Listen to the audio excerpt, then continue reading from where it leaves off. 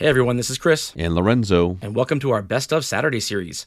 Now that we have hundreds of episodes, we get a lot of listeners asking us where to start. So we'll be selecting some of our most popular episodes to share each Saturday from our years of podcasting. We hope you enjoy it. No role plays, just real. Chris and Lorenzo share 4 decades of combined experience to help you become a more effective leader. We've never really, as a workforce, spent a lot of time on making sure we're developing good leaders. We'll be able to share stories, experience, mistakes, failures, successes. This is Hacking Your Leadership. Welcome to Hacking Your Leadership. I'm Chris. And I'm Lorenzo. And Lorenzo, on today's episode, I'd like to talk a little bit about failures. That's not good. No, it's not. Not at all. Not at all. And I'm glad I have you on here because speaking as a person who's never failed, I kind of want to give some context to our audience from a person whose life is riddled with failure. And so I thought maybe you could take the lead on it. No, I'm kidding. No, we both of us have had considerable failures in our careers. Most of them have been ones we've been able to move through. Some of them have been career altering or have changed the trajectory of where we were going. And I think it's important to talk about those because I know that there's nobody I know that is in a position of leadership for a long period of time who has not had these happen to them, who has not had failures. Sometimes they're not within their control. Sometimes the system works a certain way and a person becomes collateral damage and it's not good when it happens, but it does happen. And sometimes we get overzealous and we make bad decisions and we think it was the right decision at the time and ends up not being. And there are a lot of things that can lead to these failures. And I think it's kind of important to touch on them so that people can kind of, if you're going through something like it right now, you can kind of take it with a grain of salt and look at kind of the light at the end of the tunnel and how this isn't necessarily going to be the end of the world. But why don't you start here? Can you think of anything in your past that you look back on as a failure, even if you wouldn't change it now, even if you're happy where you are now, but you look back on it and in the moment you're like, oh, I effed up. Yeah, well, it's funny because it's one of those things where there are the really clear times that you failed, and those are usually the things where you attempted to do something or you had a strategy and it didn't go the way you wanted it to go, or it didn't go at all, right? Like those are the easy ones to think about when it comes to just failure of strategy. I think what I immediately went to though was when were times that I failed as a leader, and for a lot of those, it took me maturing and growing and taking on responsibility and then looking back and going, oh my God, I can't believe I did that. Like I wouldn't like to right now, if I worked for me now, I would probably fire me, Yes. Like it's funny, but it's also like it to your point, like it changes trajectory. It really challenged, who I am and what I stand for. And the one that popped into my head right away was there was a time when I was a pro audio supervisor of a major music retailer, and I had a team of commission employees, and I was off one day, which in that commission environment you typically get one day off, and my team, a couple members on my team, got into like a little like karate chopping session, I guess, behind like the register. Like somebody said something smart, somebody like, pushed somebody with an elbow, somebody said I should kick you. They were like, you'll never kick me. They ended up kicking them. And it was like, silly, dumb stuff. That's like, what are we doing here? This is a job. We don't kick each other. You know what I mean? Like, even though we may be in our mid-20s, we are adults. Like, this is not what we do here. And I remember coming back the next morning and the general manager pulling me in the office, say, hey, I need to talk about these employees, and this is what happened yesterday from my understanding. And like, like this is the physical in nature, like they're hitting each other. And like, that can't happen, right? And this is not good. And I remember sitting there in the chair, like being defensive of like, I'm sure it was a misunderstanding. Like they're really good. I'm sure something was like, and I'm just like spewing excuses as to why it would be okay for one employee to kick another employee, right? Can you give the context of what year this is? Because I can picture anything like this happening now, and both employees being immediately let out of the building, never to return. You'd come back the next day and you'd be, Lorenzo, you have 2 less employees. Like that's how it would go today in this zero tolerance era. But what year was this? This would have been the summer of 2001. Okay, all right. Yeah, a while ago. And it was a, music retail commission sales environment. And like, while two employees kicking each other, not in a way that was truly like we're fighting, right? It was more of like extended horseplay. It's still physical contact on another human being. And yes, there was a lot of silly stuff that we would do back then. And yes, a lot of that stuff is completely unacceptable and would not fly today. But I remember being very like protective and very like personally emotional about the fact that my general manager was telling me I had to go talk to my team and write them up for kicking each other. And I was like, this is ridiculous. Like, why would I, like, this is like, come on, like, why are we, and I just remember like looking back on it, I was like, what a complete failure of leadership. Like in what realm did I live where I felt that like physical contact on a coworker would be okay, and that I'm sure it was a misunderstanding and all these types of things. But it wasn't until probably a year and a half later, when I had moved on to another organization, and I had a mentor, and they were really talking to me about behavior in the workplace, and there was some actual training that I went through and things like that, where I was like, man, like, what a horrible call. Like, that was really was a failure of leadership back when I did that and I fought that. And you know what happened? I ended up writing them up because that's what my GM wanted me to do. I ended up being really salty about it. It was something that I held on to for a long time until I was able to reflect on it and realize how bad it was. When you were writing them up, from the standpoint of, yeah, I don't want to do this, but I'm being made to do this. Oh, dude, I'm with you guys. I totally borrowed authority. Yep. I was like, I can't believe he's making me do this. You guys know better, right? Yeah, all the wrong things, 100%. All right. So the first time I can think of in my career that I look back on as a failure, and I'm telling you, this is a cringe-worthy failure that I don't believe I've ever mentioned before on this podcast. So this is a little rough for me here. I was 18 years old, and I was a kind of like a co-supervisor of a department of about 15 computer salespeople. And I'd never been in any type of leadership role at all. This was kind of like an honorary leadership role. It wasn't someone who was responsible to where the business is. It was kind of like when the leader's gone, you're in charge kind of thing. Yeah. And the leader was gone for an extended period of time, I think 2 or 2.5 weeks. And so I took on a lot of the responsibility of that leader for that time. And for the most part, I did well. But there was a meeting that we held. Somehow the conversation changed to good employees versus bad employees. And I then thought it would be a smart idea to subjectively force rank everybody in the department publicly and kind of write it on a whiteboard as far as who I thought were the best employees. Just write down, 1 through 15 or however many there were. And I want to like beat myself up just repeating that happened. It's so embarrassing. Yeah. At the time, it felt perfectly fine. At the time, it felt like, yeah, you want to be up there, then get up there. Like if you're in the bottom and you want to be the top, then get at the top. And I think where I was coming from at the time was I've always, followed the golden rule of treat people the way you want to be treated. And at the time that I was at in my life, I would have responded to that. Meaning if I was in a room and there was a force rank and I was towards the bottom of a force rank, that would light a fire under me. Like I'd be like, that will never happen again. And I would get up and I would make that happen. And the failure of leadership was in thinking that everybody wants to be led the way I want to be led. And it's something that I continued to struggle with for many years, and I still work on it today, is just this concept of just because it would work on me doesn't mean that it would work on everybody. And so it was a terrible move of leadership, and it caused several employees at the bottom of that list to disengage further because they thought that they were disliked, or they just weren't they didn't have the level of gumption that some other employees have, where they can take information like that and use it to further themselves, as opposed to just sinking down deeper into their hole. And so, obviously I would never, ever, ever do that again. But it was a huge, huge failure. And I got talked to about it afterwards. I got talked to by several people when that leader returned, like almost incredulously, like, what on earth were you thinking?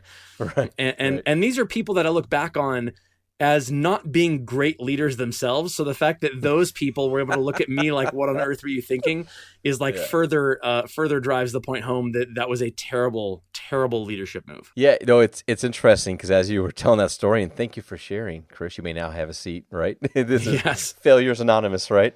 It is it really, it highlights, really from a leadership standpoint, I think probably, if I had to guess, the vast majority of those times when it's either a failure or like nowadays it's kind of like they'll say it's a career staller or a career stopper. Like we won't even use the word failure necessarily. Right. But when you make some of these decisions or you do some of these things that way, I think what you were just saying is that when the work is approached from a leadership standpoint, in a way that is, well, this is what I believe, or this is how I like to lead, or I would like to be led, and therefore I'm going to assume that of others.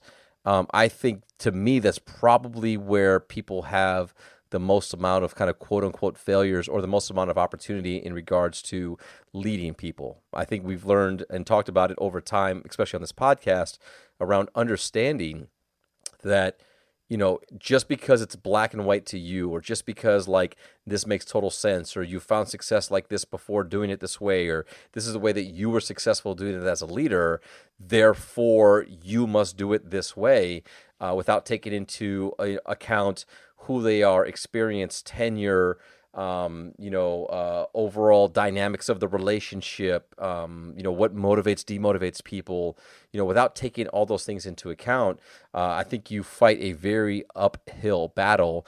And as I'm reflecting and we're talking through this, I'm thinking of many leaders that have, and I would consider failure even like, moving on to maybe another job, another organization, or doing something else because of the fact that you can't produce the expectations of the role, right? Because your people don't follow you, because you approach the leadership in that type of way. Right. We've both worked for organizations in the past where there was a revolving door of certain leaders, where the person went from being viewed as one of the best leaders of the area to then suddenly gone in a 6-month period. And typically what that means is they came in hard and they were able to turn stuff around, and there was this shock and awe to them, and people didn't know what to expect, so they tried their best to fit the role that they were being asked to fit, even if it went against everything they stood for, even if it went against their personal values. And they did it and for as long as they could, but then they couldn't do it anymore. And then the leader couldn't produce the results anymore without becoming harder and harder on their people. It wasn't leadership, it was driving.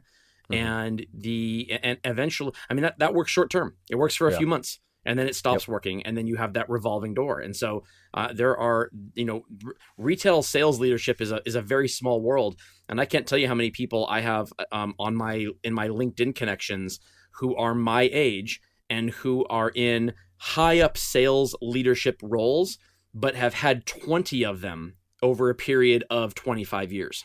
And it shows that they can go in, they can make short-term results happen by doing things the wrong way. And then they get moved on quickly because they realize that the results are not sustainable, and they go find somewhere else. Right, because what ends up happening is they can't evolve themselves. They like getting there is many times where that is what's needed, right, to get a team going. And it's not necessarily that it's bad to be driven, to motivate people, to have higher standards, to have accountability, things like that.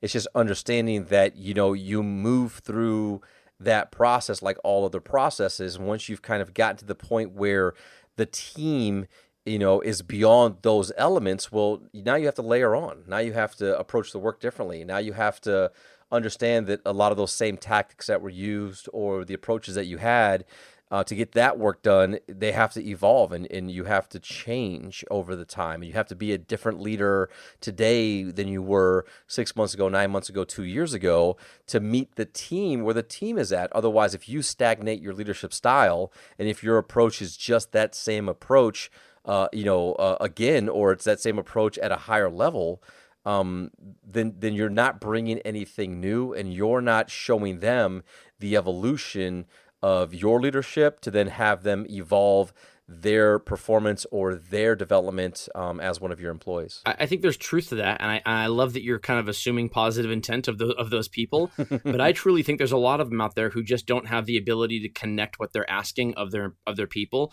to the larger company mission as a whole. So it becomes a do it for me, not do it for the company. Do it because this is your job, not do it for this mission. Do it because you don't want to lose your job, not do it because this is why this company exists on the planet and we're excited about making this happen together. And so I know people who don't necessarily evolve their leadership style. They're the same leader they have been for 2 or 3 years, but people still follow them because they do an amazing job of connecting what they're asking back to what the mission or the vision of the organization is. And so I think you're right that there are people like that out there, but there are also people out there who just don't have the ability to have it be about anything but them. And when you don't have that, you lose the authority to lead very quickly. Yeah, I completely agree. And as you were saying that, it made me reflect for a second and remember a time when I was an assistant manager and I transferred to a different store, and the team was established, leaders were there. And as I got into that team, what I felt was that it was about me, that I was there to bring in this element of culture and business acumen and these types of things. And I, kind of walked into that team with that it's about me type of attitude. And what ended up happening over time was I was not able to connect with, nor was I able to influence the team to kind of go and do the work that I was wanting them to go do because I didn't take the time to respect the current environment and culture, to get to know them, to find ways that I could add value to the work that they were looking to accomplish, and to really build the foundations of relationships where when I wanted to challenge them, it came across as somebody looking to help them get better, not as the new guy trying to tell them what to go do. So like that for me, when you were just talking about that, was just another example of a time where I looking back on it, I feel like I completely failed as a leader because I wasn't there for my peers in a way that was supportive and looking to really help push that business forward. Yeah, that reminds me of something too. I was working for a company where the team I was on was really empowered. Like we kind of had a lot of autonomy. We were doing things well. And I was recruited away from that team to another one because the goal was to kind of take that level of empowerment and innovation that was there and kind of spread it around a little bit. And so I went on to this other team to kind of help drive that process. And I went in with guns blazing as far as that type of process. I was acting the exact same way that I did on the previous team. And it was like looking, you know that those videos where people go into the animal shelter and they go to like pick out the animal and there's like, you go in, it's like, hey, look I have a steak for you. And the animal just cowers in the corner. It's like, well, why don't you want this steak? This is what everybody wants, is this steak. And you're just cowering in the corner and peeing yourself. It's like, that's exactly how it was. It was me erroneously thinking that now I'm here and because I came from this team that was so great that all of a sudden it's going to be, yay, we flipped the switch and now this team is going to be great too. And there was a lot of prep work that had to be done. That animal that's cowering in the corner has to warm up to you. They have to come out to you on their own time. And they have to figure out what their relationship's going to be like with you first before you can start dictating things. And I have absolutely been guilty of doing that, thinking that because what I'm bringing is universally great. Like no one can say that being able to have more control over how you contribute to an organization is good. No one can say that's not great. No one can say that it's not great to have some semblance of being able to talk to anybody you want to, an open door policy, great communication with your peers and your leaders. Those are all really great things. But to a group of people who haven't had it, it's foreign. And even if it's great, it's still something they have to warm up to. And so I've done that before in the past too. Still something that I have a hard time wrapping my head around the why behind, but at least I know it's true now. And if it ever happens again, I'll know how to approach it differently. Yeah, no, I completely agree. And with that, it brings us to this episode's 1 minute hack. The 1 minute hack.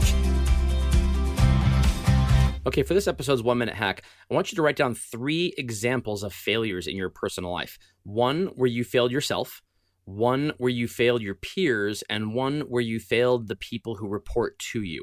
And very specifically go into those 3 categories. Write down the specifics of them, every detail you can think of about what happened, why the failure was there, and don't focus on the parts of the failure that you can't own.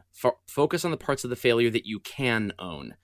And then I want you to write down underneath that what you would have done differently. So if you had a time machine, you go back in time, and knowing everything you know now, what would you have done differently? And the importance of this is being able to reflect on how failures can be catalysts to make you a better leader, and to not dwell on them, to not let them be career enders, but instead take them for what they are, is a moment in time that you can learn from. Hopefully those moments in time are set up in such a way where you are in your leadership journey, it doesn't end your career. It doesn't end, you're a good person, you have good ethics. So hopefully it's just kind of one of those things you can learn from and move on, but it doesn't mean that you get to move on and wash your hands of it. If you don't have the ability to look back on it and reflect on it and realize why that failure happened, you are likely to repeat it and have it happen again in some way. So this is a large part of leadership, is being able to reflect back on these failures that we've had so that we can learn from them. Yeah, I think it's a great 1 minute hack. And it also is a great practice, because what ends up happening as a leader is that other people could have similar situations happen, or you could witness it as a leader, somebody failing, in the job that they're doing. And you're now able to share your own personal testimonies and what you learned from them, what you took from them, and just being able to show that type of, empathy in relating to somebody can be very powerful to help them move on and continue their career. Because just like Chris and I just shared, those failures happened and here we are today, so those things can happen and you can move on from them. And many times it takes a little bit of time to look back to understand exactly what happened and what could have been done differently. Yeah, some of the strongest relationships I've had with people reporting up to me started out with a conversation where I shared with them a moment of personal failure in my career. And that vulnerability and that openness was the catalyst to starting what led to years-long relationships. Yep. And with that, it brings us to the end of this episode. This is Hacking Leadership. I'm Lorenzo. And I'm Chris. And we'll talk to you all next time.